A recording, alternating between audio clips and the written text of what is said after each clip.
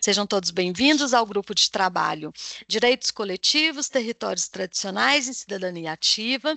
Iremos agora transmitir os trabalhos elencados aí para esse grupo e em seguida teremos a professora Ângela fazendo a mediação e conduzindo o nosso debate. Isa, por favor, pode transmitir os vídeos.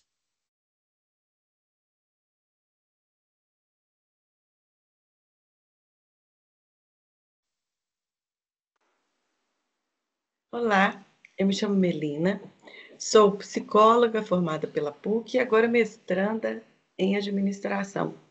Eu venho aqui apresentar o trabalho que foi realizado no programa Sabiás, o Eixo Quilombolas, com o título Processos Coletivos na Elaboração Comunitária das Emoções, uma análise a partir da realidade quilombola em Brumadinho. Os autores é o Armindo dos Santos de Souza Teodósio, Theo, Maria Letícia Alvarenga Correia e eu. O programa Sabiás, que tem como significado desse nome saberes e inovações pela sustentabilidade, tem como estrutura o ensino, a pesquisa, a extensão, a multidisciplinaridade e a internacionalização. Trabalhamos com a ecologia dos saberes, com base na pedagogia crítica de Paulo Freire, a ração sentir pensante de Orlando Fausto Borba, teatro do oprimido de Augusto Boal, a necropolítica de Mambembe por se tratar de territórios sob o domínio da mineração, e oferecendo serviços à comunidade, mas também produções acadêmicas não extrativistas. A localização dessa ação foi no município de Brumadinho, na comunidade quilombola do Ribeirão. O contexto dessa atividade se deu porque, por parte do Quilombo do Ribeirão, foi solicitado uma oficina de elaboração de projetos comunitários. Então, o eixo já tinha tudo isso pronto para a realização, mas, infelizmente, ocorreu o falecimento de uma das matriarcas, e aí precisou de ser cancelado. E com o contato contínuo que nós temos com o campo, foi percebido e foi também solicitado que fosse possível a realização de alguma atividade, porque foi percebido o incômodo da comunidade, das lideranças locais, porque neste ano de 2024, o dia 20 de novembro foi instituído como feriado nacional, foi o primeiro ano que se tornou feriado nacional, e a comunidade não estava realizando nenhum tipo de atividade voltada para isso.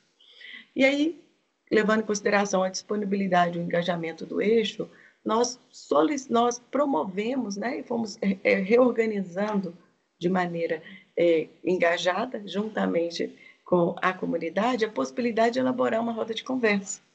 E aí foi sugerido, a comunidade aprovou, que fosse realizada uma roda de conversa com o tema, né, da ancestralidade para, de alguma forma, contribuir para a elaboração desse luto em comunidade. Foi feito também um convite a outras duas alunas do curso de psicologia para a realização de um acolhimento individual, se fosse necessário. Os resultados foram uma grande participação da comunidade, e foi proposto em que cada uma das famílias que estivesse ali representadas desenhasse sua árvore genealógica, e nela incluísse o nome de outras pessoas, dos seus avós, bisavós e outros que participam desse núcleo familiar. Nesse mesmo momento, utilizamos os recursos do papel, lápis de cor, eles foram desenhando, escrevendo, participando os núcleos uns com os outros, já que moram todos no mesmo território. E aí, depois foi proposto que cada família se apresentasse a partir da sua ancestralidade, mas que também fizesse o vínculo com a família que estivesse ao lado, para entender como que as famílias se conectaram e se organizaram dentro desse território. Foi um momento muito bonito, porque foram lembrando de outros familiares, de pessoas que já moraram e que não moram lá, de pessoas que já faleceram, famílias que não lembravam de parentes em comum, que eram primos mais distantes, avós e tios. Nesse contexto, os resultados que nós tivemos foi um profundo impacto para a comunidade Quilombo do Ribeirão e, sobretudo, para os pesquisadores envolvidos. Foi um momento de muita emoção, de muita participação e, ao mesmo tempo, de muita gratidão. Oferecer um espaço de escuta, acolhimento, fortalecimento dos laços culturais e afetivos no território, a reafirmação do valor da ancestralidade como base da identidade quilombola e a elaboração de forma coletiva. Ao final das falas foi proposto que algum gesto fosse realizado em virtude do que tinha acabado de acontecer. E, como de cultura do Quilombo, e foi uma fala de uma das lideranças locais, é que eles são povo rezador e cantador. E eles cantaram e rezaram músicas diversas para encerrar esse encontro. É uma base aqui do que foi realizado. A gente agradece mais uma vez a oportunidade que é oferecida pela PUC Minas, ao programa de pós-graduação em administração, o PPGA, junto ao ICEG, Escola de Negócios, as mantenedoras CAPES, FAPEMIG e CNPq, a oportunidade de poder realizar esse tipo de atividade, sobretudo, colocar em prática todo o trabalho que a gente realiza em sala de aula, de maneira a servir sua comunidade. Nosso muito obrigada e até a próxima.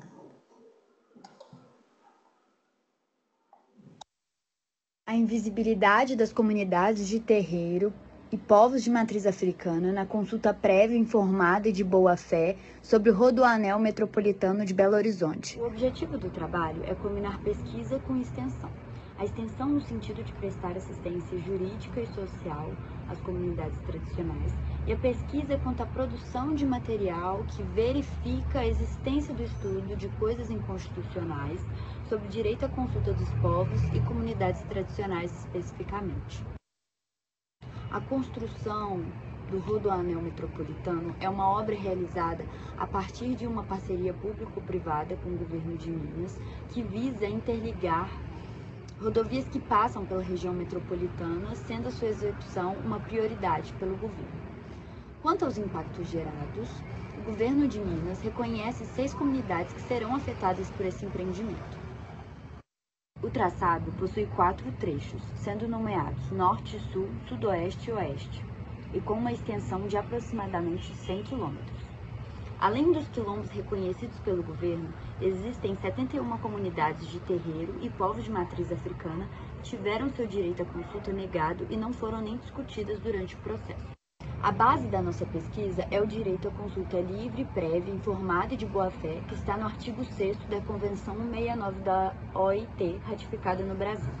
Além disso, o decreto 6.040 de 2007 conceitua povos tradicionais como grupos social e culturalmente diferenciados que se reconhecem como tais, com formas próprias de organização e uso tradicional de territórios e recursos naturais para sua reprodução cultural e de modo de vida. O estado de coisas inconstitucional também é um conceito jurídico importante para a nossa pesquisa, que consiste em uma situação de violações generalizadas de direitos fundamentais decorrentes da omissão ou incapacidade persistente do Estado em enfrentá-las. A extensão tem um olhar a partir das teorias decoloniais. O direito à consulta é uma tentativa de se construir uma forma jurídica para a restituição aos povos e comunidades tradicionais do poder de decidir sobre seu futuro. Mas a sua efetividade depende de órgãos administrativos que ainda possuem um olhar colonial.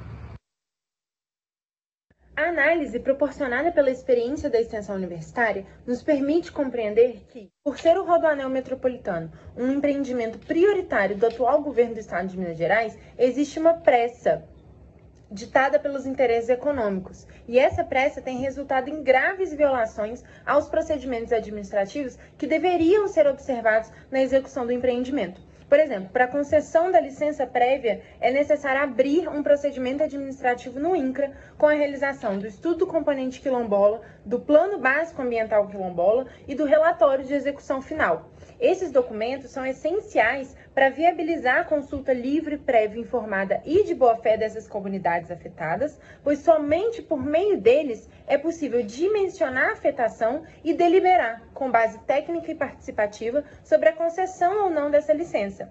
No entanto, no caso específico do Rodoanel, a licença prévia foi concedida sem qualquer deliberação ou conhecimento das comunidades sobre como se dará esses estudos. Mesmo diante dessa violação, é importante destacar que as comunidades quilombolas contam com o INCRA como órgão responsável por conduzir a consulta e instaurar os procedimentos administrativos necessários à garantia de seus direitos. Assim como os povos indígenas contam com a FUNAI, tem essa referência institucional.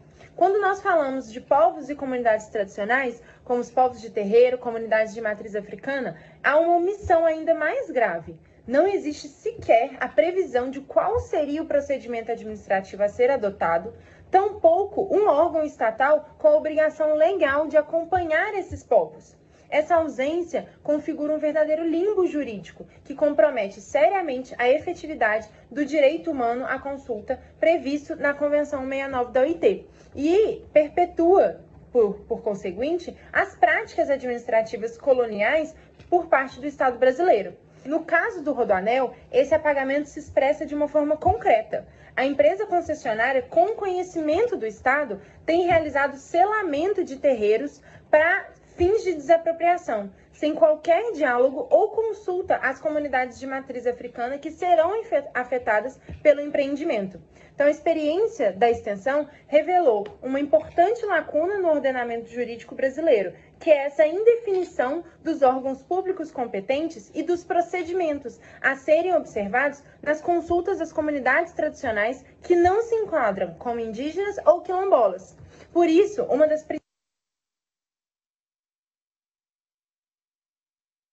principais proposições da nossa pesquisa é que a Fundação Cultural Palmares assuma essa responsabilidade de acompanhar a construção dos estudos de impacto e a realização de consulta livre, prévia, informada e de boa-fé no caso dos povos de terreiro e das comunidades tradicionais, comunidades de matriz africana, já que a Fundação Cultural Palmares possui a competência legal para promover e preservar os valores culturais, históricos, sociais e econômicos derivados da influência negra na formação da sociedade brasileira.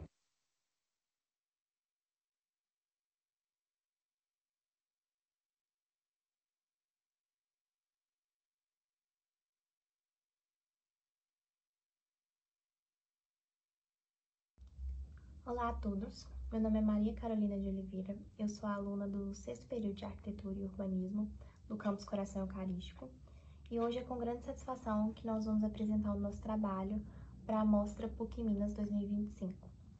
O nosso artigo intitulado A Preservação do Patrimônio Construído e Suas Implicações é uma pequena parte das atividades que nós desenvolvemos dentro do projeto de extensão Patrimônio Construído e esse projeto é fundamental para a conservação da história e memória.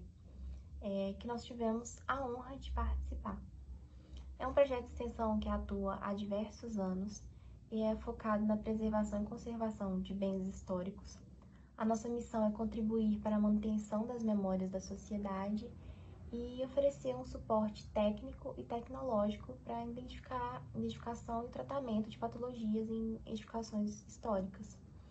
Trabalhamos em parcerias com algumas outras instituições e também com comunidades locais, buscando sempre soluções eficientes e principalmente sustentáveis. O nosso artigo ele aborda uma das frentes mais importantes do nosso projeto, que é a análise de manifestações patológicas em patrimônios históricos, religiosos, na região metropolitana de Belo Horizonte. E o motivo disso ser tão relevante é que, sem um diagnóstico preciso das deteriorizações, qualquer intervenção pode ser ineficaz ou até mesmo prejudicial àquele bem. A preservação ela vai muito além da estética, ela garante a integridade estrutural e a longevidade desses edifícios, que são testemunhos vivos da nossa cultura e também da nossa fé. Entender as implicações da não preservação é crucial para conscientizar sobre a urgência e a importância dessas ações. Olá, meu nome é Jéssica, eu sou aluna da Engenharia Civil da PUC Minas, faço parte do projeto Patrimônio Construído e hoje eu vou falar um pouco do artigo que a gente produziu. A metodologia que a gente usou, ela tem uma abordagem mais rigorosa e técnica. A gente começa sempre com uma inspeção visual detalhada, buscando identificar as primeiras manifestações de deterioração. Em seguida, a gente realiza ensaios não destrutivos. E esses ensaios eles são muito importantes porque eles nos permitem avaliar o estado de conservação da edificação, sem causar danos, o que é indispensável em patrimônio histórico. Dentre os ensaios usados, a gente pode citar alguns. Temos a esclerometria, que nos ajuda a avaliar a resistência superficial do concreto e da argamassa, o que indica a qualidade e a homogeneidade do material. temos o ensaio de ultrassom, que permite verificar a integridade interna da estrutura, detectando possíveis vazios, fissuras ou descontinuidades. Temos também o ensaio da termografia, que também é essencial para identificar problemas de umidade e infiltração. Esse é um problema que muitas vezes eles não são visíveis a olho nu, então eles podem causar deterioração nas edificações. E esses são apenas alguns exemplos de ensaios que podem ser usados sem causar dano na edificação. E então a gente consegue ver como a tecnologia, ela consegue nos auxiliar a ter um diagnóstico mais preciso e a propor soluções mais eficazes. A partir dessas coletas de dados, a gente realiza uma análise e interpretação desses resultados, que permite compreender as causas das patologias e a extensão desses danos. E por fim, a gente faz a elaboração do diagnóstico e a proposta de tratamento mais adequada para cada problema, sempre tendo como base os princípios de conservação e restauração de cada patrimônio. Os resultados do nosso trabalho têm sido significativos. Conseguimos não só apenas diagnosticar, mas também contribuir ativamente para a definição de medidas e tratamento de preservação de diversos patrimônios. Isso garante que as construções históricas continuem bonitas, seguras e, o mais importante, que a história e a cultura das nossas comunidades sejam mantidas vivas. Cada intervenção é um passo para garantir que essas edificações continuem a contar suas histórias para as futuras gerações. Nosso artigo destaca a importância de empregar procedimentos técnicos e a tecnologia para garantir a eficácia dessas ações, demonstrando que a ciência e a engenharia são aliadas e essenciais da preservação. O projeto Patrimônio Construído e esse artigo reforçam o compromisso da PUC Minas com a extensão universitária e a responsabilidade social. Acreditamos que a preservação do patrimônio construído é um investimento no futuro e é um privilégio fazer parte dessa jornada. Agradecemos a todos que tornaram esse trabalho possível. À PUC Minas, aos professores orientadores, aos parceiros da Arquidiocese e a todos da equipe do projeto. E, claro, a vocês que assistiram. Muito obrigada. Pessoal, meu nome é Júlia Tonito e hoje eu vou apresentar o nosso artigo para vocês. O nosso artigo tem como título Aprendendo Direito, Extensão Universitária como ponte entre o saber jurídico e a transformação social. Bom, o nosso artigo parte da premissa que surge de 3 desafios interligados. A necessidade de superar as barreiras linguísticas que afastam a população do acesso à justiça, conectar a formação acadêmica às demandas sociais reais e reinventar a extensão universitária, especialmente no contexto de distanciamento social imposto pela pandemia. O Aprendendo Direito surge em 2020, a partir da pandemia. Ele consiste em podcasts que são como pequenas pílulas de conhecimento.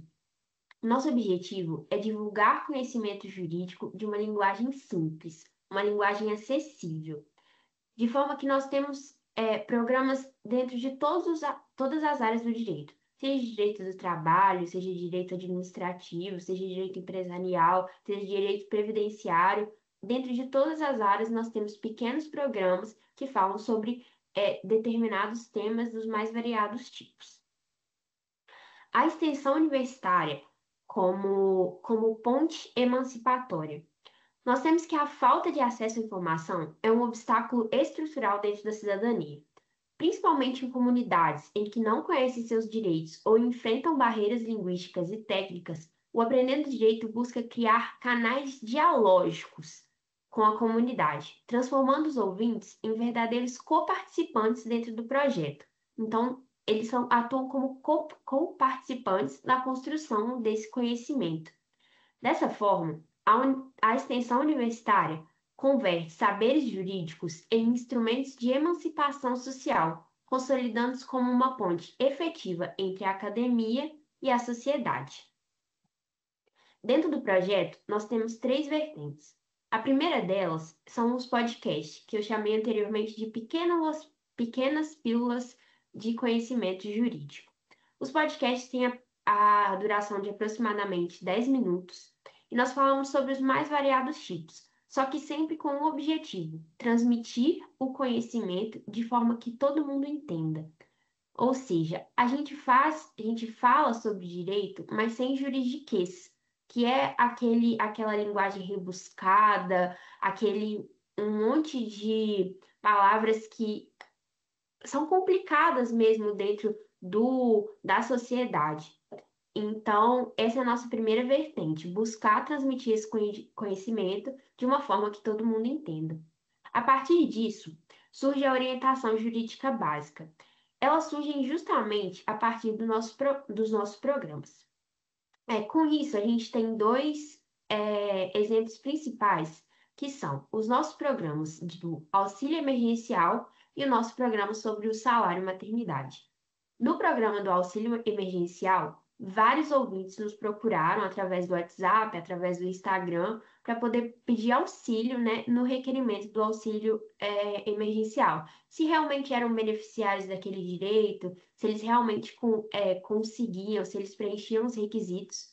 A mesma coisa aconteceu com o salário maternidade, que nós conseguimos ajudar cerca de 15 mulheres trabalhadoras rurais que se enquadram como seguradas especiais, ou seja, são aquelas que não precisam contribuir para a Previdência para que elas possam usufruí-lo. Dentro disso, elas nos procuraram a partir do nosso programa, que passa tanto no Spotify quanto nas rádios parceiras, para que pudessem efetivamente saber se elas são beneficiárias daquele direito. E a partir disso, nós conseguimos auxiliá-las. Por fim, eu posso citar a vertente que chama Conhecimento que Liberta. A Lei de Execução Penal prevê que a cada 12 horas de atividade socioeducativa, o preso ou reeducando nas APACs, ele tem direito a 1 dia de remissão da pena. A partir disso, em contato com alguns fóruns, por exemplo, o Fórum de Cerro, o Fórum de Betim, nós conseguimos implementar, tanto no presídio de Betim, tanto na APAC de Betim, quanto no presídio de Cerro, o Conhecimento que Liberta, que consiste, a cada 12 programas assistidos, o preso preenche uma ficha de resumo que será conferida por nós e consegue remir sua pena. A partir disso, nós temos mais de 1.500 dias remidos de pena juntando os presos. Então, é uma vertente muito interessante dentro do projeto. A gente busca transformar o saber jurídico em instrumento de emancipação, no qual os ouvintes e discentes cocriam conhecimentos a partir de demandas concretas. Ou seja, a gente busca a atuação integrada e colaborativa entre os estudantes e a comunidade. Essas ações transformam o saber jurídico nesse instrumento de emancipação, no qual o direito se conecta com o seu beneficiário. Aqui eu coloco nossas redes sociais e o Spotify. Nós temos mais de 200 programas disponíveis que são gratuitos. Então, convido a todo mundo a conhecê-los. Muito obrigada. Olá, bom dia, sejam bem-vindos. Hoje iremos apresentar sobre o artigo científico Impacto do Projeto PQVT 60+, na qualidade de vida dos participantes. Os autores desse artigo são Tiago Felipe Martins Caldeira Brant, Franciele Lohane Moura da Rocha, Israel Everson Ferreira de Almeida e Patrícia da Conceição Rabelo.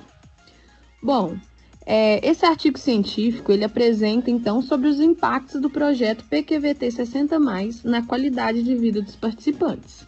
Então, nele, relatamos os resultados de uma ação de extensão universitária da PUC Minas, voltada então para a promoção da saúde, a melhora da capacidade funcional, o bem-estar e a qualidade de vida dos idosos da comunidade.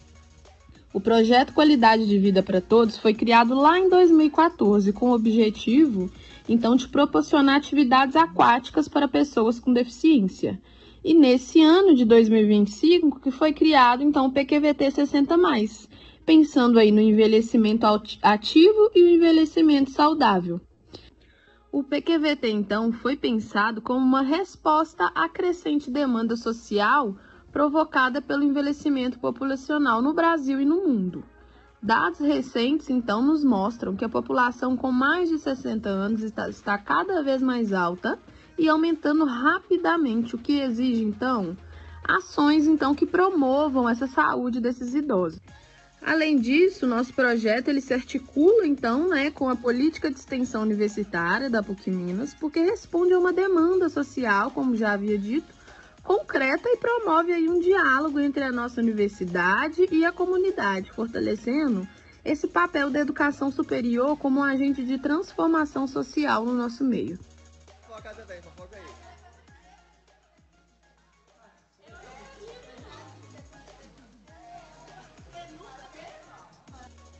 As atividades são realizadas com idosos da comunidade 2 vezes por semana e com duração de 1 hora.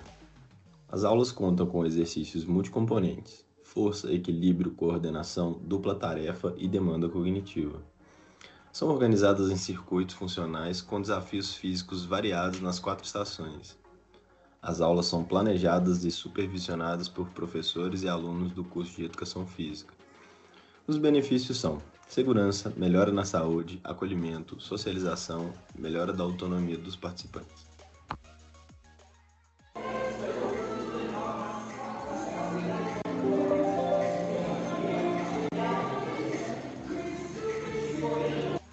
O projeto PQVT 60+, ele se destaca como uma ação concreta de promoção à saúde do idoso. Ele é um projeto onde nós criamos um ambiente propício para que ocorra a socialização do grupo, sempre buscando o bem-estar. Então, para isso, nós utilizamos de atividades físicas das mais variadas. São atividades físicas planejadas, bem estruturadas e também adaptadas, de acordo com a necessidade do grupo. Através dos relatos dos participantes, eles têm percebido melhorias em várias questões, cognitiva, físicas, Então a gente pode mencionar aqui a questão da melhoria na qualidade do sono, da força muscular, do equilíbrio, do humor, da disposição. Então realmente, nesse curto período de tempo, o projeto começou em fevereiro de 2025, eles já têm trazido para a gente esses feedbacks. Nós consideramos a importância do projeto, o fato da interação do idoso com os universitários, vice-versa, essa interação, porque no caso dos universitários, ele tem ali um ambiente onde ele pode praticar a empatia com a população específica, É também um ambiente para que ele possa melhorar a questão técnica, as questões práticas do dia a dia do profissional de educação física, lembrando que é uma população que está em constante crescimento e o mercado de trabalho vai demandar isso e os alunos precisam estar preparados. Então, pensando nessas questões, nós entendemos que outras instituições também poderiam oferecer projetos com essa qualidade, com esse foco voltado para o público idoso, entendemos ser bastante relevante. Então, gostaríamos de finalizar a nossa conclusão e agradecer pela oportunidade de participar da mostra de extensão do PROEX. Muito obrigado.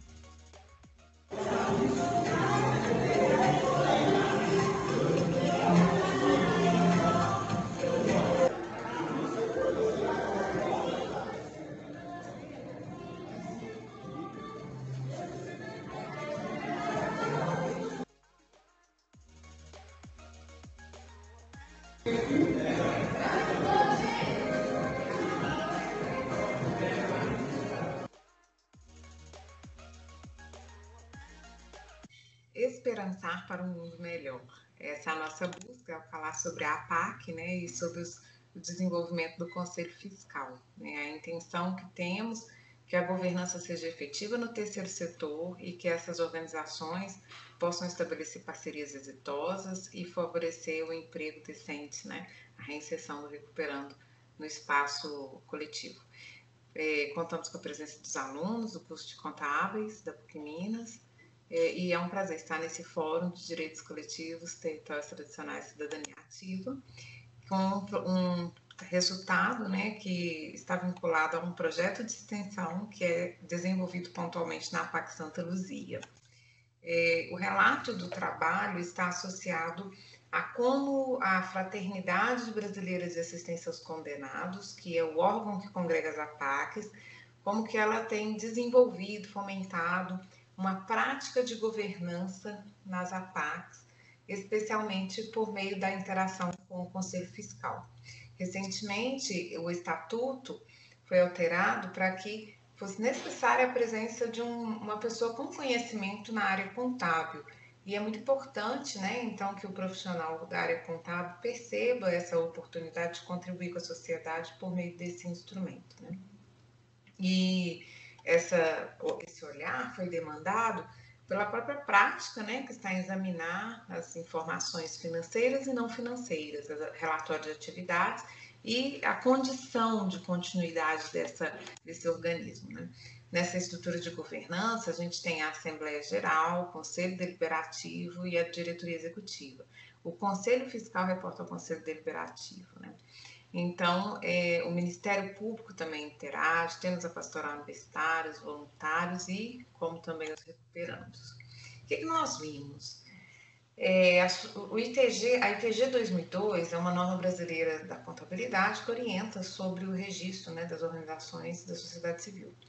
E há uma necessidade de aprimorar essa aplicação da norma no equipamento, né, das APACs, e executar adequadamente, de uma maneira a trazer maior clareza, para além da prestação de contas, né, que é muito bem feita por todos, para a sociedade sobre o que é desenvolvido. E para essa frente, temos aí o desafio da formação, né, de criar uma estrutura de reuniões, de ter um arcabouço que corresponda a essa lógica da governança.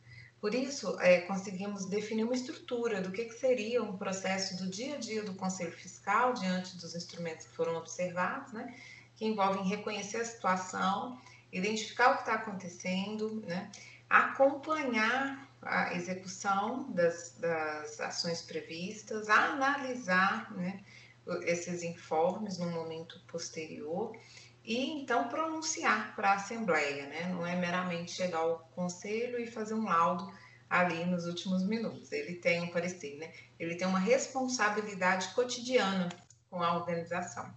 E as dores que a gente percebe ao executar, né, ao ver o exercício do Conselho Fiscal é que é um exercício dia a dia mesmo, né? Porque nem sempre a mão de obra vem com essa competência de gestão, então a gente tem muito tempo dedicado à formação, à organização, à gestão, né, ali dos recursos para mitigar conflitos e riscos, a gestão administrativa das verbas para que as oficinas ocorram conforme a metodologia, né, seja aplicada da melhor maneira, e tanto quanto os outros recursos que não são só do convênio possam ser registrados. Nós avançamos para observar isso, então, nas demonstrações que estão publicadas no portal de transparência da FEBAC, e observamos que existe as que publicaram, né, 17 não tinham feito, mas também nem tanto recente eram as outras,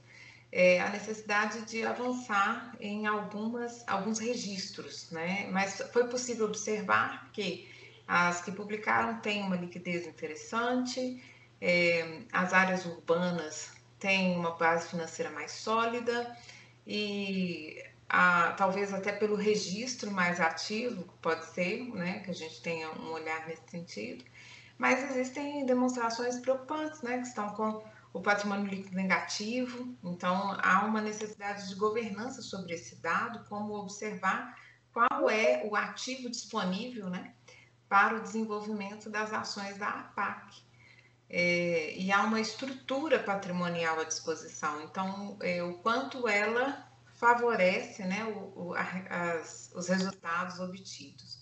Então, por isso, nossa recomendação é que dos desafios, né, se aborde essa integração dos sistemas contábeis com o modelo de prestação de contas, supere os desafios operacionais, o controle de registro, especialmente das doações e dos comodados, é um conflito, e que seja desenvolvido frente à ação para que o papel dos conselhos fiscais seja executado como instância de controle, transparência e sustentabilidade.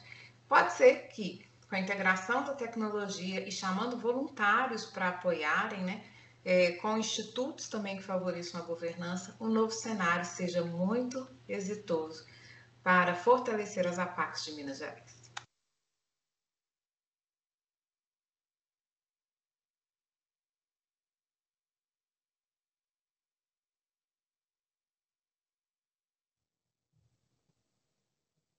Olá, eu me chamo Alexandre Teixeira e nesta apresentação vou compartilhar os resultados parciais de uma pesquisa realizada em coautoria com Júnia Ferreira sobre programas de formação política voltados a jovens, promovidos por casas legislativas estaduais no Brasil. O foco é na comparação entre dois programas, o Parlamento Jovem de Minas e o Parlamento Jovem Paulista. A formação política de crianças e adolescentes é uma das bases do fortalecimento democrático em qualquer sociedade e tem relevância especial no Brasil, se considerarmos a pequena experiência democrática em nossa história. Marcos normativos nacionais, como a Lei de Diretrizes e Bases da Educação Nacional, o Plano Nacional de Educação e a Base Nacional Comum Curricular, reconhecem essa importância, defendendo a promoção da cidadania ativa na educação básica. Além do mais, nos últimos anos, casas legislativas diversas passaram a desenvolver ações com esse mesmo objetivo. O objetivo da nossa pesquisa foi pensar uma metodologia comparativa para analisar programas educativos criados por assembleias legislativas estaduais, inspiradas na reflexão de Giovanni Sartori.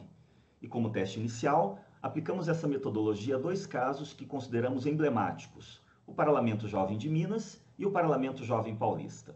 Com isso, buscamos oferecer subsídios para aprimorar iniciativas semelhantes em todo o país. Nossa abordagem teórica se baseia na chamada pedagogia crítica. Para Paulo Freire, Demerval Saviani e Michael Apple, a educação deve ser emancipadora e transformadora, capaz de dotar os indivíduos dos conhecimentos, competências e habilidades necessárias para compreenderem e agirem criticamente o mundo em que vivem.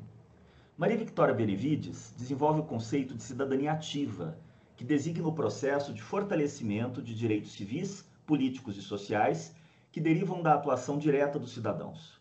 De Jorais Darel, utilizamos a perspectiva de que os jovens são sujeitos socioculturais, ou seja, possuem trajetórias diversificadas e são agentes de transformação. Já Hildo Cosson contribuiu com o conceito de letramento político, que articula linguagem, participação e democracia nos processos formativos. A metodologia escolhida foi a pesquisa comparada, com base no trabalho do cientista político italiano Giovanni Sartori. Analisamos dois programas voltados a estudantes do ensino fundamental e médio, desde que tivessem regras públicas e acessíveis. O foco não foi avaliar o impacto, mas comparar concepções, estruturas e metodologias adotadas por esses dois programas. Compartilhando parte dos resultados, temos que o Parlamento Jovem de Minas, criado em 2004, é realizado pela Assembleia Legislativa de Minas Gerais, com apoio da PUC Minas e das câmaras parceiras. É um programa que desenvolve ações de formação ao longo de um ano, envolvendo oficinas, debates e uma plenária estadual no entorno de um tema de interesse social da juventude. A ênfase é na escuta dos jovens e na construção coletiva de propostas de ação legislativa, que são entregues formalmente para o Poder Legislativo, Municipal e Estadual, para tramitação formal, o que reforça o seu caráter de vivência cidadã e não de simulação parlamentar. Já o Parlamento Jovem Paulista foi realizado até 2018 pela Assembleia Legislativa de São Paulo e depois foi substituído por um programa mais simples. Diferentemente do PJ, trata-se de um projeto que funcionava orientado para a realização de um evento de curta duração e não havia um processo de formação continuada. Os estudantes enviavam propostas de projetos de lei com base em temas e partidos e as melhores propostas eram selecionadas por edital e participavam de uma simulação parlamentar em um único dia. E a formação dependia das escolas, sem o apoio institucional direto da Alesp. Em síntese, a comparação evidencia que o PJ Minas tem um caráter formativo, participativo e coletivo, com gestão compartilhada e atuação em rede. Já o PJ Paulista apostava na simulação institucional e em ações pontuais, com foco na performance individual dos estudantes, o que favorecia a competitividade entre os indivíduos e as escolas, um dos seus aspectos negativos. Ambos os programas são importantes, mas seguem caminhos bem diferentes. O PJ Minas favorece uma cidadania crítica e coletiva. Já o PJ Paulista oferece uma experiência simbólica de representação. Em linhas gerais, sobre o aspecto da qualidade do processo formativo e das práticas de inclusão, o PJ Minas apresenta um formato mais avançado e arrojado do que o PJ Paulista. Essa análise pode inspirar políticas públicas mais sensíveis à pluralidade juvenil e ao potencial educativo dos parlamentos estaduais. Com isso, encerro a nossa apresentação com um agradecimento especial à Pró-Reitoria de Extensão da PUC Minas pelo fomento e apoio constante e à Assembleia Legislativa do Estado de Minas Gerais pela parceria ao longo desses 21 anos de história. Um forte abraço e até mais.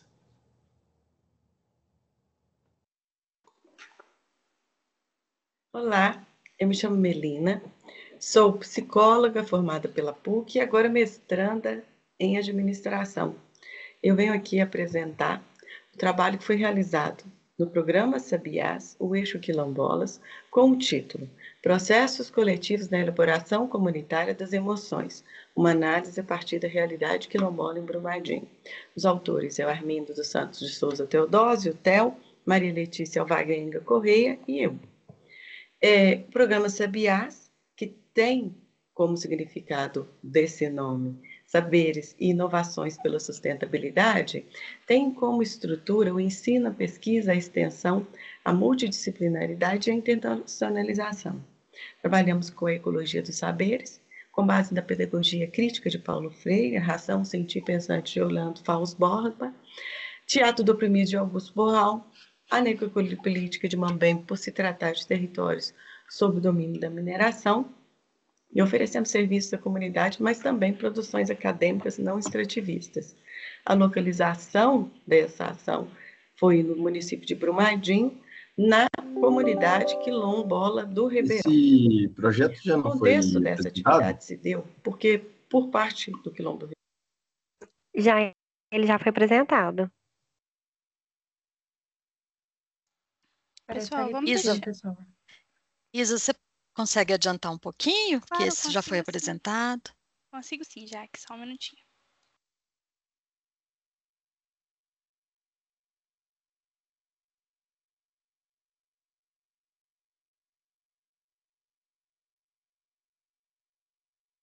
Nossa, muito obrigada e até a próxima. Olá, eu sou Giovana, extensionista do projeto Alegria, sou graduanda de Letras do 8º período e trouxe esse relato de experiência nomeado como Produção Textual, uma Carta para o Futuro, orientado pela professora Arabi, que é a coordenadora deste projeto de extensão. O projeto Alegria, vou contextualizar brevemente, que é a aprendizagem de leitura e escrita gerando respeito, inclusão e autonomia. É desenvolvido no Coração Eucarístico, em BH, e atua com jovens e adultos com deficiência intelectual. O objetivo é desenvolver práticas de letramento e autonomia por meio de abordagens significativas e adaptadas. Fundamenta-se pelos pressupostos da pedagogia freiriana, priorizando práticas educativas, significativas, dialógicas e voltadas à emancipação. A introdução. Esse relato de experiência se passou na turma 3, o projeto Alegria tem 3 turmas. A turma 3 é a mais desenvolvida, onde os alunos conhecem as palavras e conseguem montar frases simples. A proposta buscou promover o letramento, a autoria e a autonomia de jovens adultos com deficiência intelectual por meio de atividades lúdicas e reflexivas. O desenvolvimento. A gente vai apresentar o gênero carta para eles, de uma maneira mais lúdica. Para isso foi criada a personagem carta. A personagem carta ela tem as partes do corpo que representam a estrutura do gênero textual. A gente fez essa associação com a música infantil de Cabeça, Ombro, Joelho, Pé da Xuxa, onde tem presente na infância de muitas pessoas, inclusive dos alunos. A primeira aula, as estratégias didáticas, a metodologia. A apresentação dos elementos textuais, cabeçalho, saudação, corpo, despedida e assinatura. A criação da personagem, carta, onde os elementos do corpo humano como metáfora estrutural. Cabeçalho, cabeça, saudação, os ombros, corpo dela mesma, assim, onde que seria o que vai estar escrito na carta. Despedida, os joelhos e a assinatura, os pés. Teve o uso da música infantil para memorização, mas não focamos tanto na música, com medo deles focarem mais na música e não na atividade. As atividades, identificação de erros em modelos de carta e discussão coletiva sobre as funções de cada parte. Essa é a carta. Aqui, essa primeira atividade a gente trouxe enumerado para eles colocarem certinho. Ok, foi uma memorização muito fácil para eles. Aula 2. O objetivo é consolidar a aprendizagem da estrutura do gênero. As atividades propostas. Organização das partes da carta embaralhada, reforço dos conceitos em grupo, tarefa de casa, redação de uma carta para eu do futuro. Os efeitos observados. Boa compreensão da estrutura escrita por meio de expressão pessoal e forte adesão à proposta. Quando a gente fala do gênero carta, muitas pessoas podem achar que é algo obsoleto hoje em dia, mas quando praticando ali a estrutura, pode ser usado em várias outras coisas. Por exemplo, exemplo 1, Belo Horizonte. Organizou ali o cabeçalho, onde que foi escrito, a data pode ser também, por exemplo, a matéria, português, inglês, matemática. Pode organizar o papel, o documento dessa maneira. O comprimento, é importante saber para quem que está escrevendo uma saudação, para quem que você está escrevendo essa mensagem. Essa aqui não tem. Vamos direto para o corpo. Eu quero melhorar minha leitura até o final do ano. Aqui tem um projeto para o ano, ela tem uma expectativa para o ano letivo, lembrando que isso foi feito no começo do ano letivo. Despedida, não teve despedida e foi direto para a assinatura. Exemplo 2. Esse daqui tem o cabeçalho, ok, não tem o comprimento, não reconhece para quem que está mandando essa carta. E vamos direto para o corpo. Minha vida está sendo boa, estou muito feliz de estar na PUC participando do projeto Alegria, está sendo muito bom. Em 2025 eu quero fazer muitas coisas, viajar na casa da minha avó, viajar na casa da minha tia Beth, ir ao parque, ir ao cinema, ir ao Iotim, ir na casa do meu primo Gustavo, ir ao sítio da Jota, ir ao encontro de família e ir no encontro de primas. Quero aprender e divertir muito, passar o Natal com a minha família. Não reconhece para quem que está sendo enviado e assinatura. Aqui tem os planos para o futuro, consegue bem escrever. Eu falei que os alunos escrevem frases pequenas. Aqui tem um texto muito bem escrito, por mais que esteja faltando 2 partes da estrutura. Carta número 3, tem o cabeçalho completo, reconhece para quem está sendo enviado, não só que reconhece para quem está sendo enviado, como que é para ele do futuro. Está escrevendo para ele do futuro. E vamos direto para o corpo. Meu primeiro dia de aula na PUC foi muito bonito, fiz novos amigos muito legais, ambiente diferente com muitas pessoas, jovens e adultos. Minha mãe comprou lanche para mim e levou para mim na sala de aula. Foi um dia especial. Tem a despedida com carinho e reconhece que tem ele que está escrevendo. A carta é para ele do futuro e ele que está escrevendo a carta. Ok, ele entendeu a estrutura de forma bem concreta. Os exemplos analisados, né, teve duas com a estrutura parcial e uma com a estrutura completa. Resultados observados: boa compreensão da estrutura, participação ativa nas atividades e aproximação da escrita à vivência concreta. Nossa conclusão: a proposta demonstrou que abordagens lúdicas e contextualizadas são eficazes para estimular o letramento e a autonomia de alunos com deficiência intelectual. A personagem carta facilitou a compreensão e promoveu o engajamento. A carta para o futuro incentivou o protagonismo e a reflexão. Espero que tenham gostado. Essas são as referências. Bom dia a todos e todas que participam da nossa mostra. Meu nome é Clara, sou estudante de Arquitetura e Urbanismo no campus Coração Eucarístico e hoje eu vim compartilhar um pouco das experiências vividas por mim e por meus colegas que fazem parte do Eixo das Águas dentro do programa Sabiás, que é vinculado ao programa de pós-graduação do curso de Administração da PUC-Minas. O Sabiás surgiu após o rompimento da barragem da mina do Córrego do Feijão, em Brumadinho, em janeiro de 2029. O desastre, que fez centenas de vítimas e despejou milhões de metros cúbicos de rejeitos na bacia do Paraopeba, serviu para escancarar o descaso do poder público com o planejamento e a gestão do território, além de ter trazido novos conflitos ambientais que alimentam articulações comunitárias em prol do Rio e da cidade.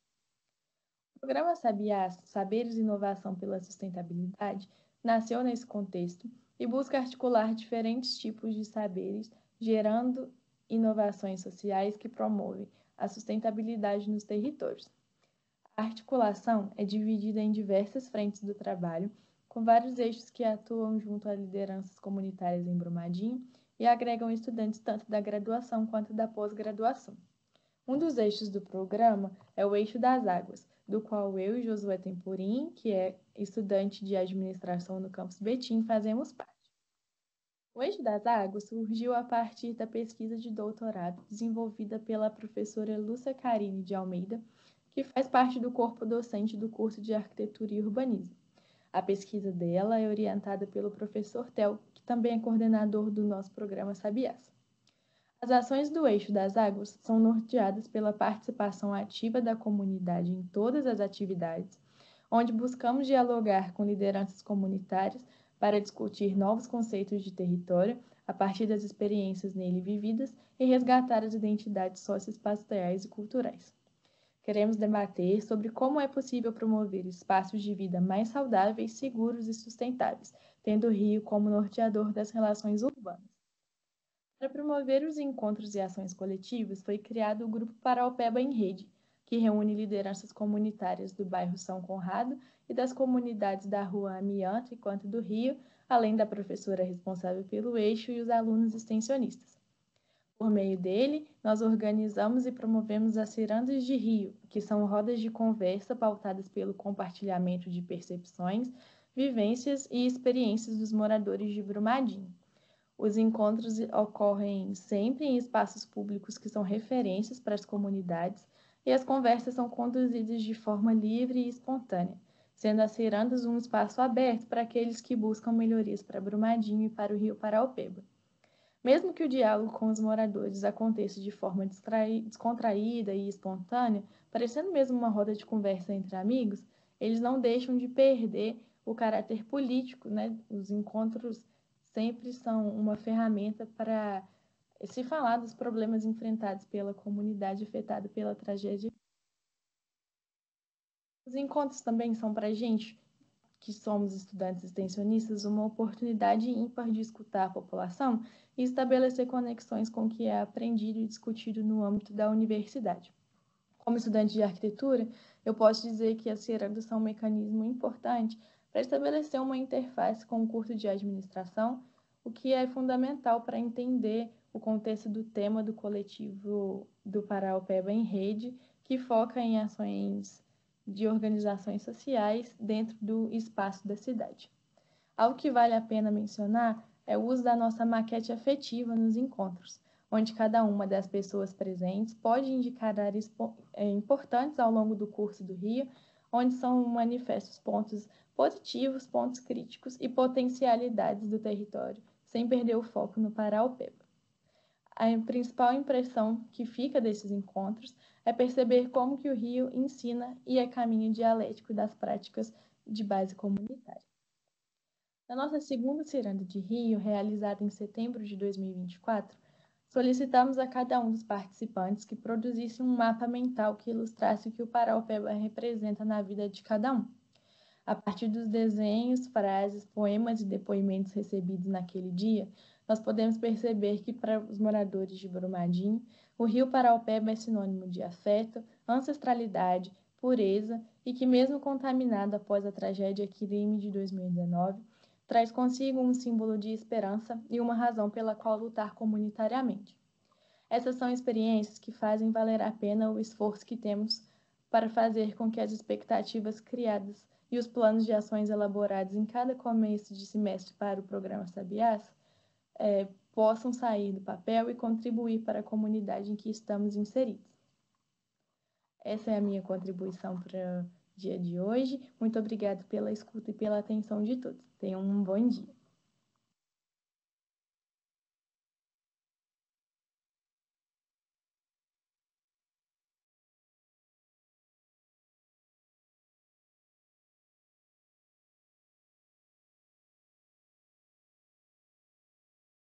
Pessoal, voltamos aqui.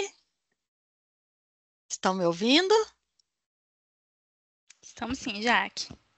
Obrigada, Isa, por passar os vídeos. Parabéns a todos e todas. São trabalhos incríveis, né, que nos deixam empolgados aqui para essa discussão. Então, eu passo a palavra para a professora Ângela para fazer seus comentários.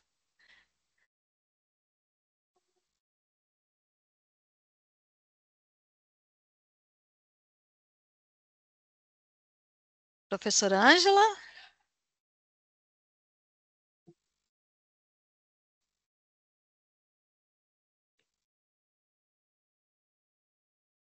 Eu não estou conseguindo ativar seu microfone. Você consegue? Não? Eu consegui desativar, mas ativar eu não estou conseguindo.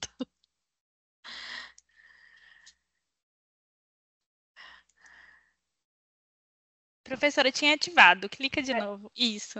Aí, Isso. Ô, gente, nossa, que luta, não sou nem um pouquinho high-tech. Mas deu certo. Deu certo. Ângela, Bom dia, nós... Só um minutinho, Ângela. Não tinha ficado de passar sobre os lições da Terra? Eu recebi o link. Só um minutinho, professora Antônia, que eu vou verificar aqui o que houve, tá bom? Eu senti falta também. Eu também senti.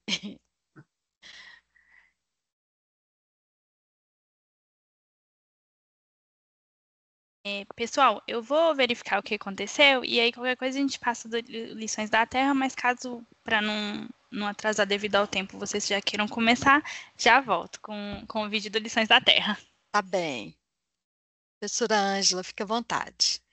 Então, agora eu vou dar bom dia. Bom dia.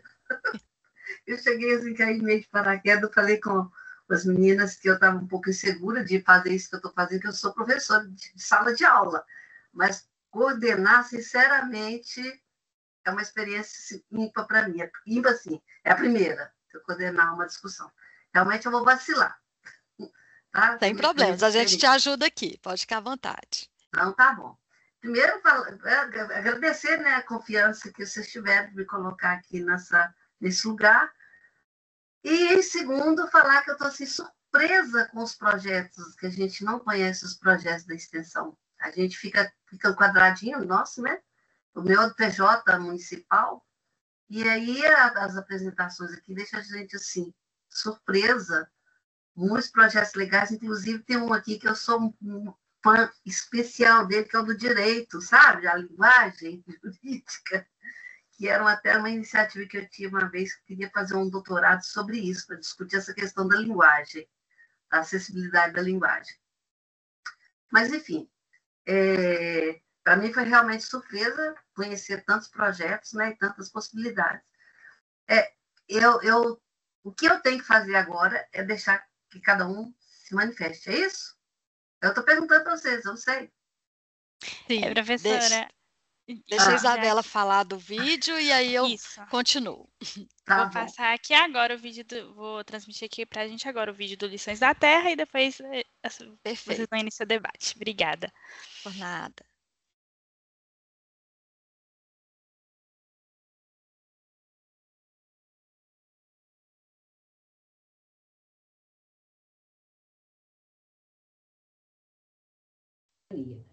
Ascensões. Agora viu.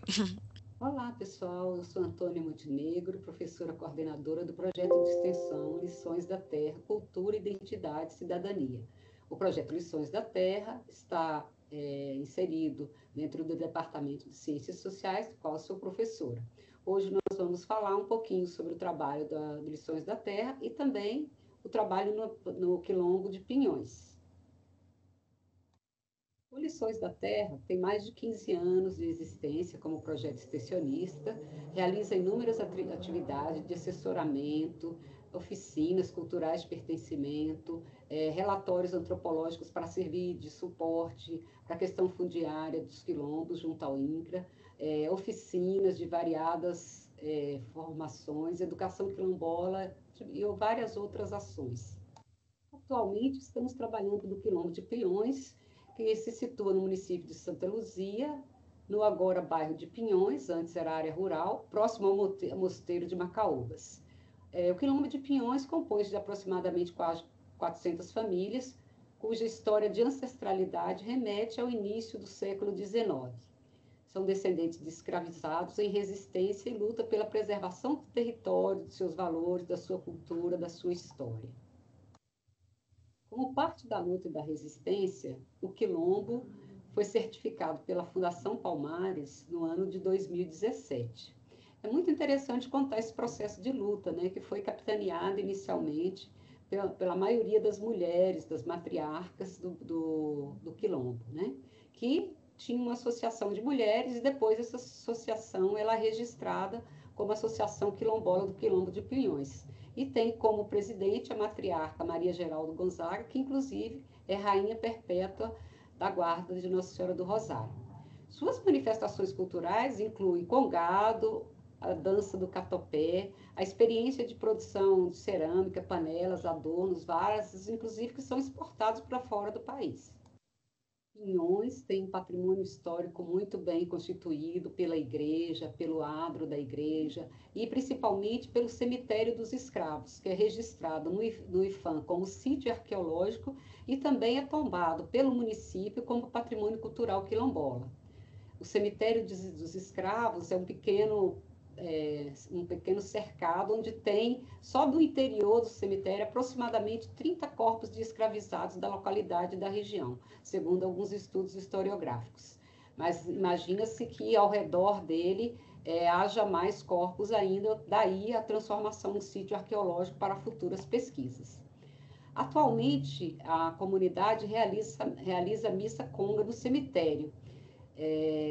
Todo dia 2 de novembro, essa missa conga, a missa quilombola, para reafirmar o pertencimento e a questão da identidade. O cemitério também se constitui como local de manifestação de rituais religiosos afro-brasileiros. O trabalho do Lições da Terra em Pinhões tem sido o trabalho principalmente de assessoramento com vistas daqui a mais para frente, no futuro, para que possamos realizar um relatório antropológico para discutir a questão da territorialidade do território do Quilombo. Atualmente, nós temos feito muitas reuniões, quase que 2 vezes por mês, para assessoramento, levantamento sobre a comunidade. Também temos feito outras atividades, como oficinas de fotografia, aí o cartazinho, né, na Casa Paroquial, oficina de fotografia na Escola Quilombola de Pinhões, todos voltados para qualificar a comunidade, para que a própria comunidade possa fazer os registros etnográficos, historiográficos, para que isso possa se perpetuar para gerações futuras. Também fizemos uma oficina de roda de samba e de pertencimento, exatamente para a gente discutir também as manifestações culturais dos ancestrais da localidade, do Quilombo. Além desse trabalho socioantropológico de levantamentos, entrevistas, resgate da cultura, da história, o acompanhamento de processos judiciais para a questão da afirmação do território, nós também participamos sempre dos encontros, dos festejos, né, na comemoração do Dia de Nossa Senhora do Rosário, na Missa Conga, exatamente para que a gente possa registrar e contribuir para a história, para o registro da história da comunidade. Fizemos também muitas entrevistas com as matriarcas da comunidade, do qual resultou o trabalho de TCC da aluna Maria Clara Rezende Landim, no curso de jornalismo do São Gabriel. Inclusive, ela fez, como parte desse processo, um livro de fotojornalismo que entregou, inclusive, para a comunidade. Um livro que ficou com muitas fotos, muita referência, né? Também, ainda no São Gabriel, o curso de jornalismo participou da construção, da assessoria, da criação da assessoria de imprensa, da elaboração das redes sociais, da associação, da identidade visual, tudo de forma a propiciar àquela comunidade mecanismos que ela possa potencializar ainda mais a sua luta. Esse tem sido o nosso trabalho. Muito obrigada.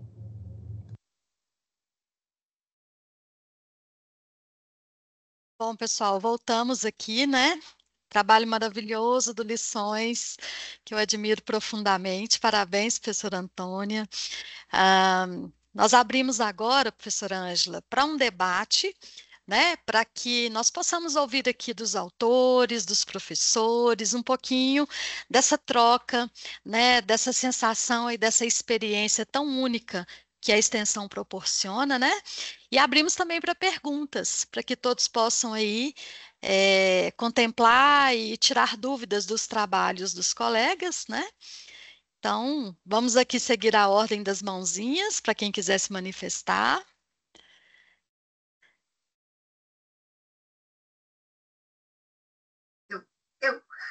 Eu. Pode. A Obrigada, fala é viu, sua, Jaque? pode ficar à vontade. Obrigada, viu, Jaque? Por nada. Só uma observação que eu gostaria de fazer aqui. São 4 projetos em Santa Luzia? São? A pergunta, tá, gente? Atuação do projeto Lições da Terra, a invisibilidade das comunidades, não é isso?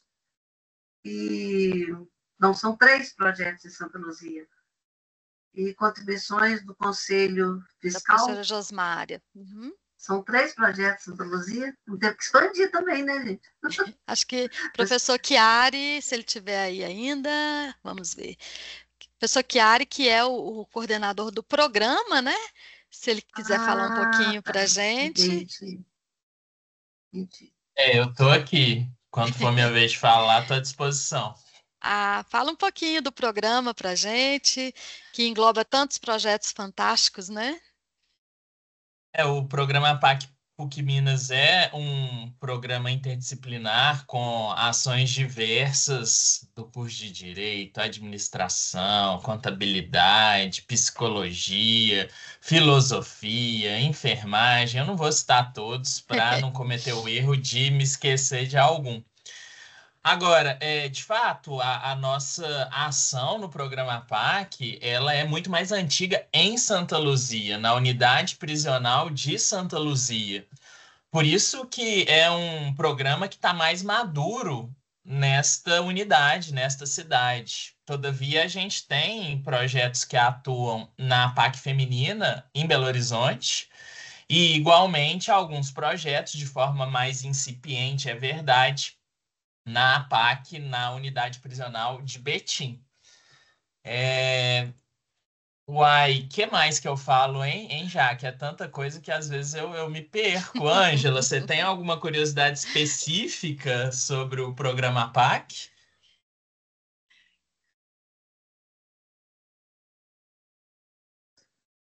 Não, foi só curiosidade, porque a minha curiosidade foi por conta nesse grupo nosso, 3 projetos serem de Santa Luzia.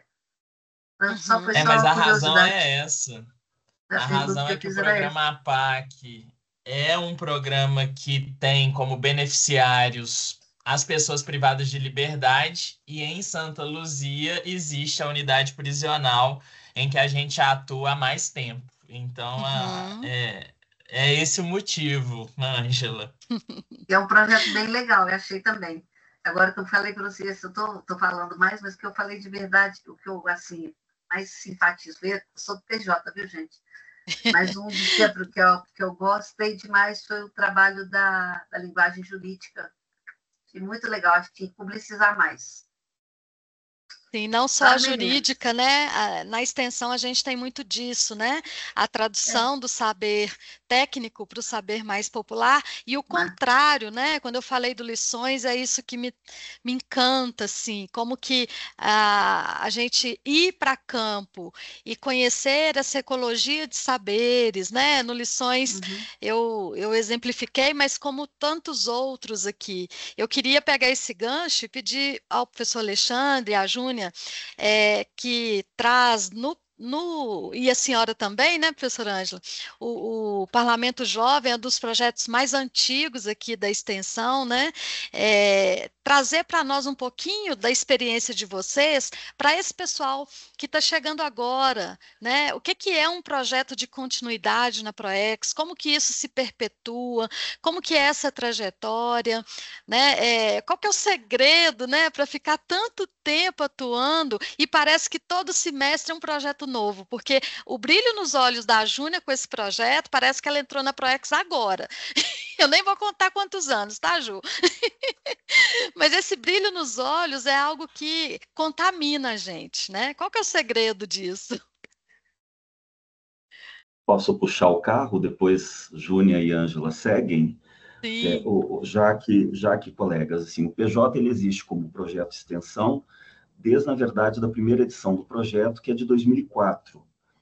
Naquele momento, no momento em geral brasileiro, né, final dos anos 90, início dos anos 2000, diferentes casas legislativas estavam pensando ações para fortalecimento de cidadania e democracia, e nesse movimento, algumas dessas instituições procuraram universidades para pensar junto com eles, né, atividades e programas de formação para a cidadania e formação política. Então, nesse contexto, nós fomos convidados em 2003, não é, para construir junto com a Assembleia, então esse é o caráter extensionista, né, um programa de formação política que tivesse algum diferencial em relação à experiência brasileira. A Assembleia já tinha, à época, um programa de visitas guiadas, né, em que jovens de ensino fundamental e ensino médio visitavam a Assembleia e conheciam os espaços, e os serviços e as atividades políticas, né, que são típicas desse espaço do poder legislativo, e nós, então, nesse momento,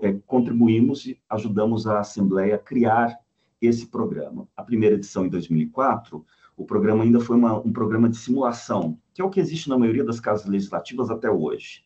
Esse programa ele foi avaliado conjuntamente, e a PUC Minas propôs à Assembleia um salto qualitativo, um avanço metodológico, de trabalhar a formação política do jovem, não pela simulação parlamentar, mas por uma vivência cidadã e democrática.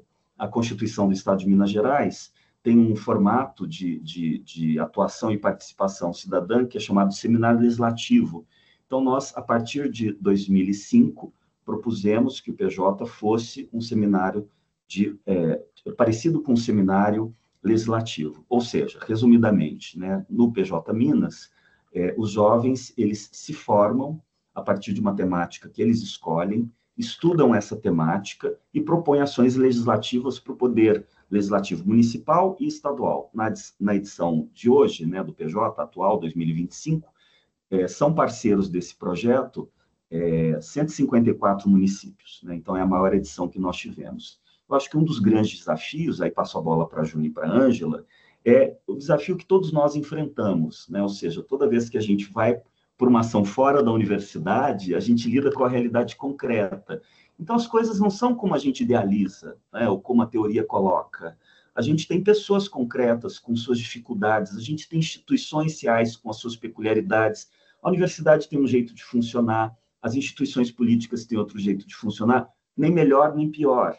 É a realidade, são diferentes. Então, cabe a nós, né, que temos essa ação de extensão, né, formarmos os nossos alunos e, com eles, nós aprendermos com essa experiência, sempre visando o seguinte: todos nós estamos no mesmo barco, né? Então, nós temos que ajudar, contribuir, potencializar, a partir dos conhecimentos que nós temos e metodologias que nós construímos, para que as outras instituições e diferentes atores da sociedade possam, conosco, construir uma sociedade mais justa, democrática, inclusiva, né? Júnia, Ângela, passo a bola para vocês. Obrigada, Alexandre, né? A Jaque falou aí do brilho no olhar, mas eu acho que vem dessa pluralidade, né, que o Alexandre trouxe, sabe, Jaque? Né? A gente pode sair aqui um pouquinho do escritório, sair um pouquinho, né, dos muitos ofícios, das coisas que a gente fica trabalhando nos bastidores. E é uma experiência de viver com diversos atores, desses que o Alexandre já elencou, né? E efetivamente, a cada edição, a cada ano, é um parlamento jovem diferente, né? Nós temos novas câmeras, né? Então, são novas articulações, nós temos novo tema que os próprios jovens escolheram no ano anterior para ser debatido naquele ano, e esse tema, ele carrega um conjunto de parceiros, né? Dentro da metodologia do projeto. Na edição, na ocorrência aqui da plenária estadual, que acontece em setembro ou outubro, os jovens daquela edição escolhem qual tema os jovens do ano seguinte vão debater e vão discutir no âmbito do projeto. Então, isso faz com que o tema carregue um conjunto de parceiros locais, né? Vai ser mais da área de desenvolvimento, vai ser mais da área de assistência, vai ser mais da área da saúde, da educação.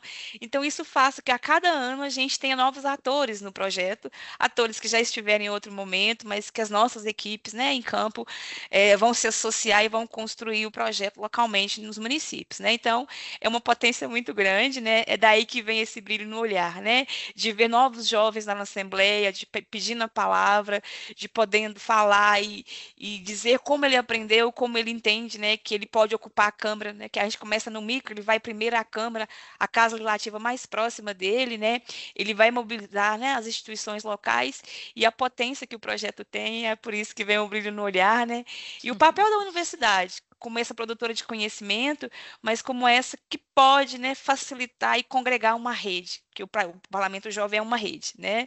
A universidade, ela nasce como gestora e junto com a Assembleia desse processo, mas hoje o Parlamento Jovem é dos nossos jovens, né? São eles que sustentam, são eles que reivindicam quando, às vezes, né, o presidente da Câmara Municipal não assina o termo. Cada ano a Câmara permanece se ela assinar um termo de compromisso com a Assembleia. Então, são os nossos jovens que vão lá bater na Câmara do presidente e dizer, olha, nós queremos o Parlamento Jovem. Né? E é isso, quer dizer, o projeto ele se reedita, ele se mantém, porque a metodologia tem funcionado bem. Muito legal. E isso está muito alinhado com a nossa discussão desde ontem pela manhã, né, Júnia, da ecologia integral, onde nós falávamos da necessidade da formação dos nossos jovens para a construção de um futuro melhor.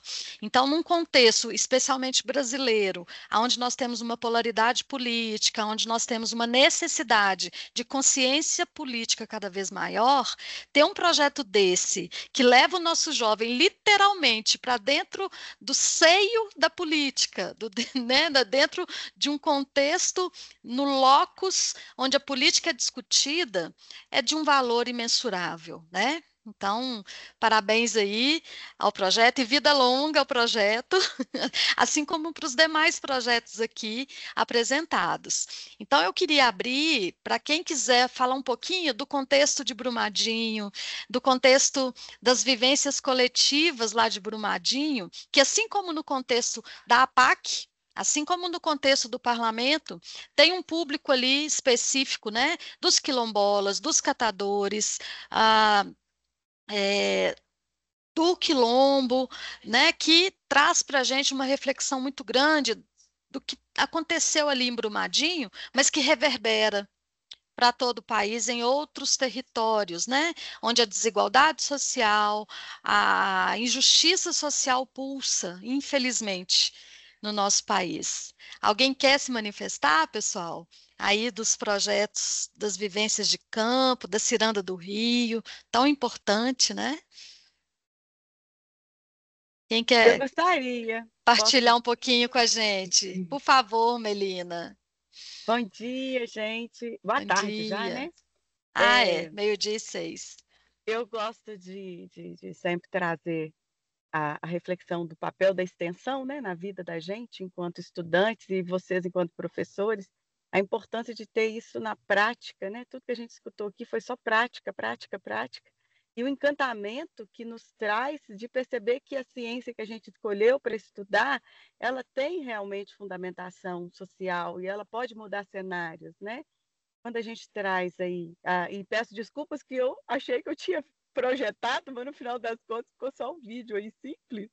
Achei que eu tinha projetado a apresentação, mas foi muito gratificante, assim, marcante para nós, enquanto grupo de pesquisa, o fato do território, o Quilombo do Ribeirão, depositar tamanha confiança a ponto de pedirem algo que tinha a ver com a história da vida deles, né? Era o primeiro ano do Dia da Consciência Negra e eles estavam completamente angustiados porque eles não seriam capazes de fazer uma festa. E a gente ofereceu uma oportunidade que se transformou em festa, porque eles cantaram ao final. Eles viveram essa possibilidade, esse contato com o sofrimento, com a angústia, mas ressignificaram de alguma forma, né? Então, para nós, enquanto psicologia, foi incrível poder participar disso, mas, ao mesmo tempo, enquanto instituição de ensino, os lugares em que a gente consegue ocupar para além da sala de aula, né?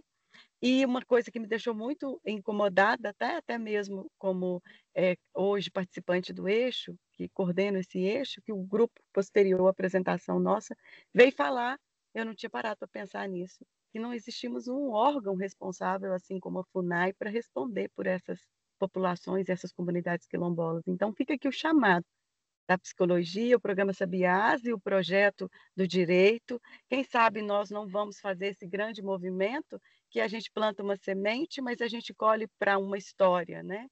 A gente não precisa falar da escravidão, essa é uma dívida irreparável, uma vergonha que a gente carrega para nós, mas nós podemos falar das potências do conhecimento e dos saberes, do quanto aquele povo é importante, o quanto aquele povo é feliz, e eles estão se reorganizando, e o quanto que aquele povo é nós, né? É nós, como diz Isa, nós é tudo junto. Então, nós todos, né, enquanto brasileiros, devemos honrar essas comunidades tradicionais e tentar colocar de alguma forma nos nossos conhecimentos, dos nossos saberes e da nossa ciência, a participação da sabedoria do nosso povo, de nós mesmos, né? Então é isso, fica o chamado aí, quero contato, vamos conversar mais um grupo que veio posterior para a gente viabilizar ações. Obrigada, Jaqueline. Perfeito, Obrigada, professora Melina. Ângela. Perfeito, é isso mesmo. Enquanto nós temos aí um projeto de 2004, nós temos demandas novas e contemporâneas, recentes, que podem dialogar com essa experiência. Isso é fantástico na extensão, né? Antes do professor Alexandre, a professora Lúcia levantou a mãozinha. Fique à vontade. Ei, pessoal, bom dia. Obrigada pela oportunidade. Vocês estão me ouvindo bem? Sim. Peço desculpas por não ligar a câmera, por estar no hospital, mas já está tudo bem aqui, graças a Deus. Eu queria só comentar, assim, como é gratificante para mim, assim, eu sou de Brumadinho, né? Estou como pesquisadora, professora, coordenadora de extensão, tudo ao mesmo tempo, como, né, cidadã do território e como a gente vai construindo tudo junto com as pessoas do lugar, como que isso vai fazendo a diferença e é grãozinho de areia. Eu estava, enquanto eu escutava as apresentações, fazendo as contas, né? O Sabiás começou em 2023, até a gente cometeu um ato falho no nosso vídeo, a gente falou que ele começou em 19, mas é porque a gente continua as ações desde 2019, então já estamos aí com 7 anos, é muita coisa. E assim, quando às vezes eu vou para o território, estou lá com as comunidades, a gente está lá na beira do rio, a gente fala, gente, nossa, precisa de mais, mas é como o tempo dessas lutas ele é difícil. E o que acontece em Brumadinho não é uma coisa simples, né? Assim, é um histórico de antes de 2019, de muitos problemas ambientais, administrativos e de ordem de governança, né, no território, e de uma insuficiência como é que eu vou dizer, de tratar das questões coletivas, e de um pouco fragmentar a participação social, e agora nesse momento de tentar resgatar as identidades no processo de reparação do território, como é importante essa união, né? E aí a gente tem impactos nos territórios, nas comunidades indígenas, nos povos tradicionais, nos ribeirinhos, que são muito tratados, né, conosco lá na discussão das águas, como que os mais fragilizados são os que mais sofrem, né? E se a gente vai perpetuando um ciclo vicioso, que é muito importante a gente unir forças com todas essas frentes para a gente ganhar mais espaço, mais visibilidade, né? Assim, é engraçado, até a professora Ângela falou que são vários temas nos mesmos lugares, mas é isso, são os lugares que estão precisando mais, assim, que tem mais demanda, que estão mais perto e que ativaram essa luzinha, né, dessa interface com a extensão. Eu sou grata por ter a PUC lá no território, né, de Brumadinho, em tantas frentes, isso que a Melina falou aí é tão importante, assim, e como membro da comunidade, assim, eu vejo como que as coisas vão avançando, é devagar, é um pouco lento, dá uma certa angústia, às vezes, né, para a gente que está lá na prática do dia a dia, mas é muito gratificante ver o avanço. E quando a gente vê essa discussão de política pública nascer lá do território, com as cuidadoras das águas, com uma criança que participa de uma cartografia social, que já está entendendo da problemática toda lá, desde pequeno, isso dá uma motivação danada para a gente seguir, sabe? Assim, eu sou muito grata, é um aprendizado de vida constante, né? É aprendizado de vida de luta, né? Sim, diário. Então, eu queria muito agradecer, assim, por tudo e por esse aprendizado coletivo aqui, né?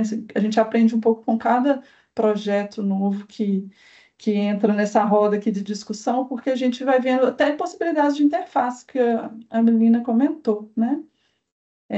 Agradeço demais a oportunidade aqui, mais uma vez. Isso mesmo, Lúcia. Isso aí é um sentimento compartilhado por todos nós, tenho certeza. Obrigada. Professor Alexandre? Ô, Jaque, não, eu queria só, eu acho que alinhado com o que a gente está falando aqui, né, desse compromisso da extensão, dizer que cada um de nós aqui nesse espaço e nos demais projetos que a universidade desenvolve, programas, eventos, as práticas curriculares de extensão nas unidades curriculares, como que, na verdade, cada vez mais eu acho que a gente está se reconciliando com a nossa história, porque a gente lembra, né, e a gente sabe que a extensão universitária ela veio como uma conquista no processo de redemocratização, quando se insere no artigo constitucional a indissociabilidade ensino, pesquisa e extensão, na verdade foi por uma pressão dos movimentos sociais, de diferentes expressões de diferentes movimentos sociais, E estudantis, né? Brasileira, e estudantis, exatamente, estudantis, de exigir que a universidade brasileira, de fato, ampliasse os seus compromissos sociais.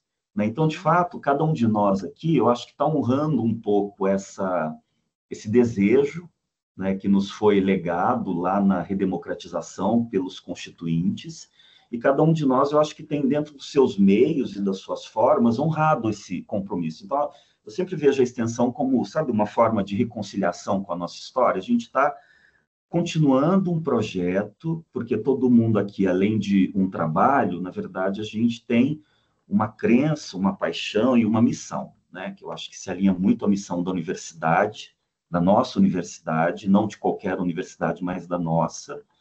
E os nossos projetos, eu acho que eles representam isso concretamente, né? Num crescente, né, onde a extensão cada vez vai se aprimorando e se expandindo e se qualificando mais, eu acho que, para mim, ela tem representado e ouvir os colegas todos apresentando projetos que são tão diversificados, mas que, no fundo, todos nós estamos cumprindo essa missão e a gente está se reconciliando um pouco com a nossa história, né? Então, eu acho que isso é muito bonito, assim, eu queria só compartilhar essa reflexão.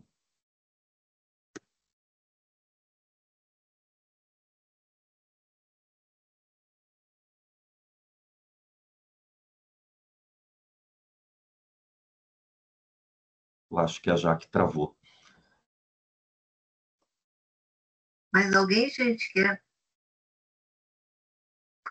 falar um pouco mais sobre o projeto? Vai ter oportunidade.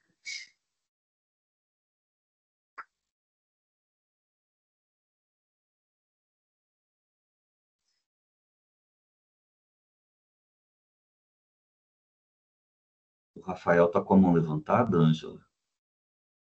Então vou falar. Sim. É porque a Ângela ela fez referência ao acesso em relação à linguagem, que muitas vezes a população em geral tem dificuldade, é um problema muito característico do direito, mas igualmente de outros cursos, eu imagino que haja esse afastamento da universidade da população em virtude de um linguajar não acessível. Na minha primeira fala eu falei sobre o programa PAC, e aí dentro do programa PAC hoje a gente tem um projeto de extensão chamado Conhecimento que Liberta, que a gente foi uma espécie de evolução do Aprendendo Direito, que é um projeto que não fazia parte do programa PAC PUC Minas.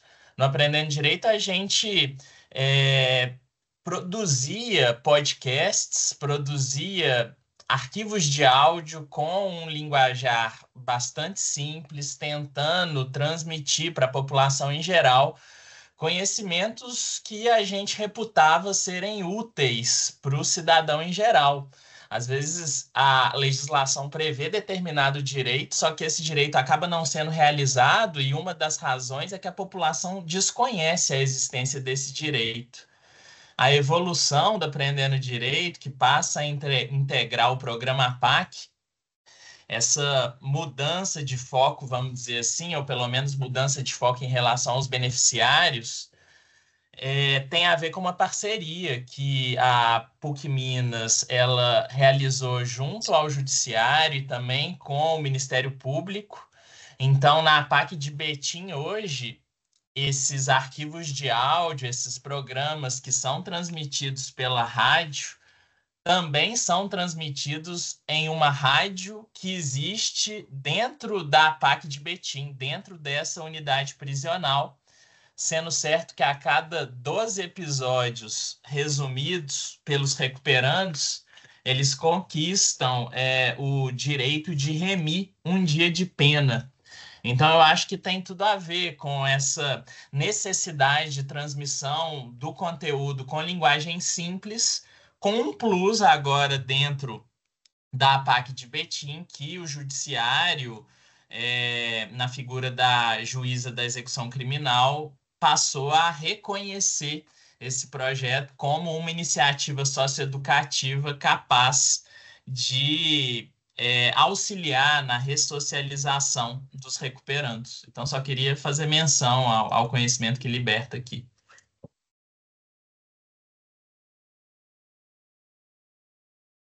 Muito bom, pessoal. Eu caí aqui, tive que entrar pelo celular, perdi um pouquinho, mas estou de volta. Mais alguém? Já estamos aqui caminhando para o fim. Professora Ângela, quer colocar alguma coisa, fazer o encerramento para nós? Só falar com o Rafael que eu gostei demais dessa ideia, sabe, Rafael? É um negócio que me chama a atenção a linguagem jurídica. Estava até comentando acho que foi com o Alexandre, a questão do trânsito em julgado. Você vai falar rapidinho. Carla Zambelli foi condenada a 10 anos de cadeia. Aí você pergunta assim, lá nas comunidades, as pessoas podem perguntar, mas se ela foi condenada a 10 anos, por que ela não foi presa? Aí o direito fala assim, porque ela não passou um trânsito em julgado. Oi? Oi? Né? Oi? O que é isso aí? Né?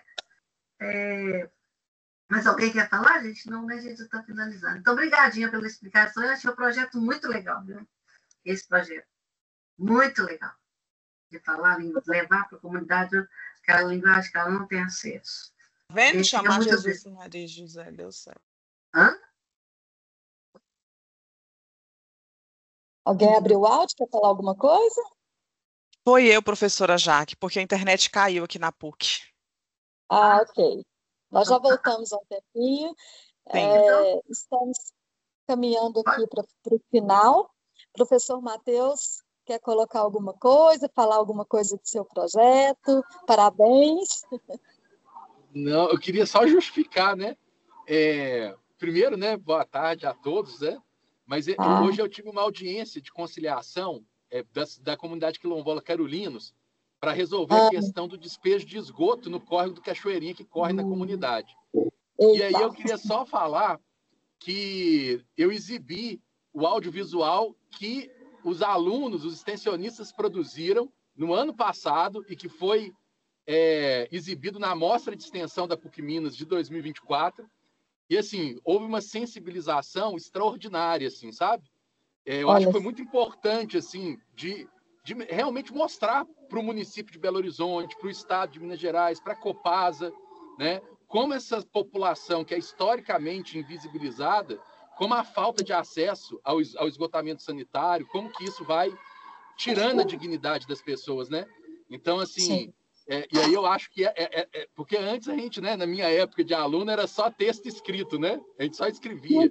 Eu acho que essas novas linguagens do audiovisual, que a mostra agora exige que a gente faça, elas são muito importantes para a gente, né, ter a sensibilidade de certos problemas que a linguagem conceitual não consegue mostrar, sabe?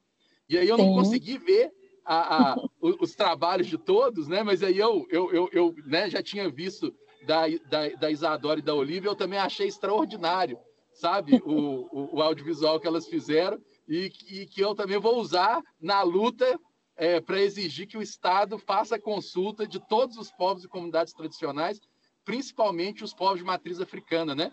Porque são mais de 70, já tem terreiros sendo selados, eu acredito que a Isadora tenha dito isso, né? Terreiros estão sendo selados sem nenhum tipo de diálogo, numa postura absolutamente autoritária do Estado, né? Então, eu acho que esse audiovisual vai ser também muito útil. E agradecer a ProEx pelo apoio, né? Sempre apoiando os projetos e dando suporte, né? Para a gente fazer, eu acho que esse trabalho que é tão importante para a formação dos alunos. E me desculpar, mas eu estou até fantasiado de advogado aqui, ó. Me desculpar mais uma vez, porque eu estava nesse compromisso que eu não tinha como não deixar de ir.